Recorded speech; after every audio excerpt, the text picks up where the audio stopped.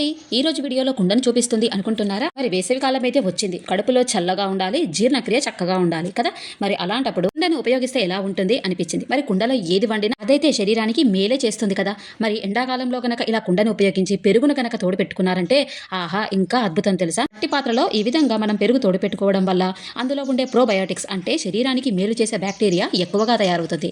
దానివల్ల శరీర జీర్ణక్రియ అనేది మెరుగుపడుతుంది. శరీరంలో వేడిని తగ్గించి శరీరాన్ని చల్లబరుస్తుంది, సమస్యలను నివారిస్తుంది, రోగ నిరోధక శక్తిని పెంచుతుంది. అలాగే మట్టిలో ఉన్నటువంటి సహజ గుణాలు పెరుగు రుచిని మరింత పెంచుతాయి. అలాగే మట్టిలో ఉన్న ఖనిజ లవణాలు కూడా పెరుగుకు చేరడం వల్ల శరీరానికి ఎంతో మేలు చేస్తాయి. ఈ విధంగా కుండలో మనం గోరువెచ్చటి పాలు పోసుకొని పెరుగును తోడు పెట్టుకున్నట్లయితే గనక మరునాడే ఉదయం ఇలా మంచి గడ్డ పెరుగు చాలా కమ్మగా తీయగా తయారవుతుంది. మీరు ఈ వేసవిలో తప్పకుండా కమ్మని గడ్డ పెరుగు తినాలంటే మట్టి కుండలో పెరుగు తోడు వేయండి. ఒక్కసారి ట్రై చేసి చూడండి. మళ్ళీ వదిలిపెట్టకుండా ఇలా మట్టి కుండలోనే పెరుగు తోడు వేసుకుంటారు తెలుసా. మీరు ఏ విధంగా తోడు పెడతారో చెప్పండి. అలాగే వీడియో నచ్చితే లైక్ చేయండి, మీ ఫ్రెండ్స్కి షేర్ చేసి ఛానల్ సబ్స్క్రైబ్ చేయండి.